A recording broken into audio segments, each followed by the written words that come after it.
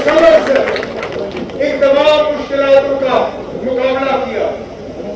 तो आज अगर सही माने में हम आगे मेहरबान को खराज हकीकत पेश करना चाहते हैं, हमें सिर्फ और सिर्फ उनके दिखाए हुए रास्ते, जो सब्र का रास्ता है, उसको याद करना होगा। लेकिन सब्र का रास्ता कमजोरी का रास्ता नहीं है। सब्र का रास्ता खामोशी का रास्ता नहीं है। सब्र का रास्ता ये मतलब, इसका मतलब ये नहीं है कि हमें अपने हकूक के लिए अपनी आवाज बुलंद नहीं करेंगे। सब्र का मतलब ये नहीं है कि आप हमारे सब्र का नाजायज फायदा लोगे। सब्र का मतलब ये नहीं है कि आप हमें कमजोर समझोगे। ये सब्र, ये हमारी ताकत है। ये सब्र, ये हमारी आवाज है। और इंशाअल्लाह ये सब्र, ये हमारी जीत और हमारी कामयाबी होगी। लेकिन मरकज की हुकूमत को आज अपने आप से पूछना होगा, क्या हुआ? आखिरकार पौने 2 साल इस हुकूमत को बने हुए आज क्यों हम जंतर मंतर में एहतजाज करने की बात कर रहे हैं? क्या हुआ? कुछ तो मजबूरी बनी होगी, कुछ तो बदल गया होगा। मैं वो आदमी हूं जिसने पौने 2 साल अपना सियासी मुकद्दर और अपनी सियासी रेपुटेशन दांव पे लगा के मरकज से कहा कि हम बातचीत के जरिए अपना हकूक हासिल करना चाहते हैं, लड़ाई झगड़ा करके नहीं। ये जानते हुए कि ये फैसला सियासी तौर मेरे लिए भारी पड़ेगा।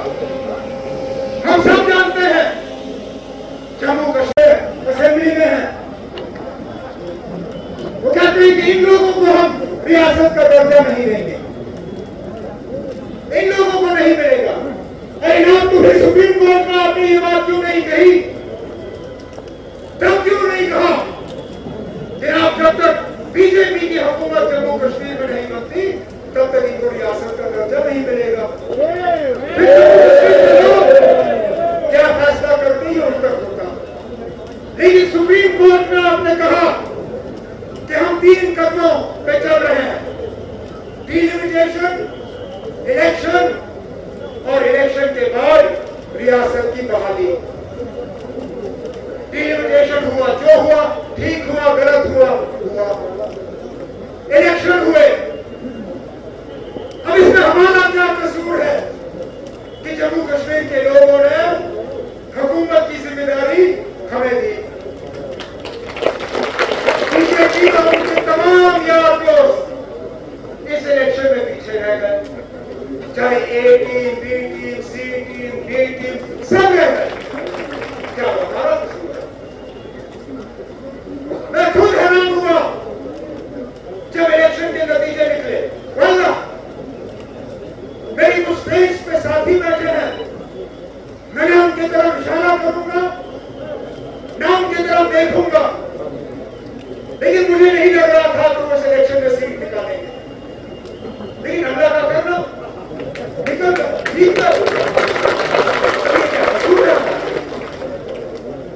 लेकिन हमारी कामयाबी को अब जम्मू कश्मीर के लोगों के लिए एक सजा के तौर पर इस्तेमाल किया जा रहा है। आपने हुकूमत बनाई क्यों अगर आप उस हुकूमत को काम करने नहीं दोगे? क्या फायदा? वे नहीं करने थे इलेक्शन। अगर राजभवन से ही जम्मू कश्मीर को चलाना था, अगर राजभवन में ही सारे फैसले करवाने थे, अगर राजभवन के जरिए ही लोगों को तंग करना था, मुलाजमों को डिसमिस करना था, बुलडोजर चलाने थे, बाकी तमाम ये चीजें करनी थी, तो हमें क्यों सामने लाया? फिर क्या देते हैं उसी वक्त कि आप आइए, लेकिन हम आपके हाथ आपके पीठ के पीछे बांधेंगे, हम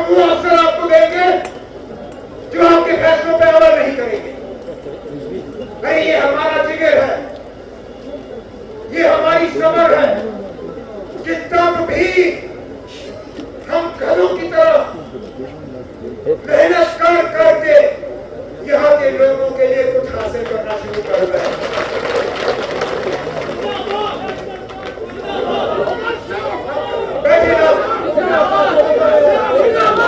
लेकिन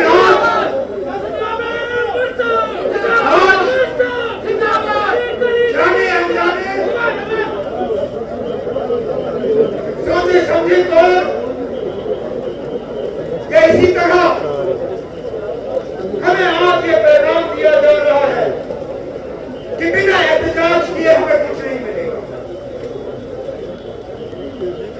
हम अपना हाल और लद्दाख का हाल देखते हैं और फिर हम सवाल उठाने पे मजबूर होते हैं कि बताइए, जो बातचीत आप लद्दाख के साथ करने के लिए तैयार हो, वो बातचीत हमारे साथ क्यों नहीं? हमें कहते हो कि एक मुल्क में एक ही तरीका होना चाहिए, सब बराबर होने चाहिए, इसलिए हमने 370 370 हटाया। लेकिन लद्दाख को आप कहते हो आओ हमारे साथ बात करो, हम 371 देंगे आपको। हम जनाब रियासत मांगते हैं और यही बीजेपी वाले जो लद्दाख को 371 देने के लिए तैयार है, हमें कहते हैं आपको रियासत भी नहीं मिलेगी। हम कहते हैं कि कम से कम जिन अफसरों के साथ हमें काम करना है, उन अफसरों को लगाने की इजाजत हमें होनी चाहिए। आप वो इजाजत हमें देते नहीं हो।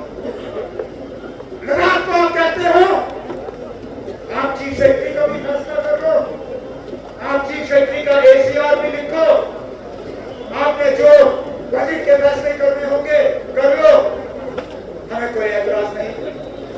और क्यों? क्योंकि लद्दाख के लोगों ने एहतजाज का रास्ता अपनाया।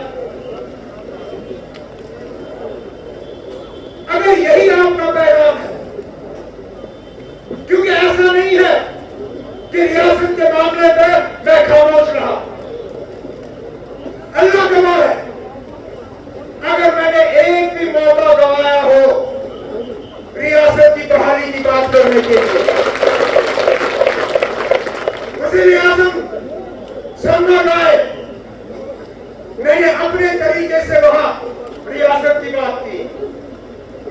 वज़ीर-ए-आज़म कटरा आए, मैंने वहां रियासत की बात की।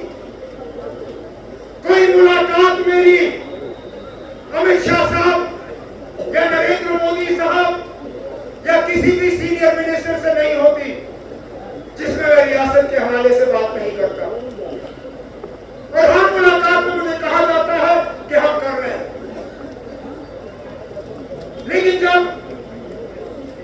पार्लियामेंट में इस पर सवाल उठता है, जब मीडिया वाले सवाल करते हैं उनसे, वो कहते हैं उचित समय पे होगा, सही मौके पे। और मैं पूछता हूं उनसे, खुदा हमें बस यही बताइए, उस उचित समय को, उस सही मौके को हम किस तरह पहचानेंगे? मुझे यही बताइए। बताएं मुझे और मेरे साथियों को क्या करना है इस गाड़ी को उस मंजिल तक पहुंचाने के लिए जिसमें हम ये कह सके कि हम उचित समय पर आ गए हैं, अब आपको रियासत का दर्जा वापस मिलेगा। बताइए। और मैं फिर आपसे कहता हूं, अगर आपका उचित समय यही है कि जब बीजेपी की हुकूमत बनेगी तब यहां रियासत का दर्जा वापस मिलेगा, तो खुलेआम कम से कम इतनी तो हिम्मत करिए, इतनी हिम्मत करिए कि किसी बड़ी तकरीर में, चाहे पार्लियामेंट के अंदर या किसी बड़े जलसे में, आप अपनी तकरीर में कहिए कि जब तक जम्मू कश्मीर में बीजेपी की हुकूमत नहीं बनती तब तक यहाँ रियासत का दर्जा आपको वापस नहीं मिलेगा। ठीक है, फिर हमें जो करना होगा हम करेंगे। कम से कम हम इस धोखे में तो नहीं रहेंगे कि आप अपने वादे पे कायम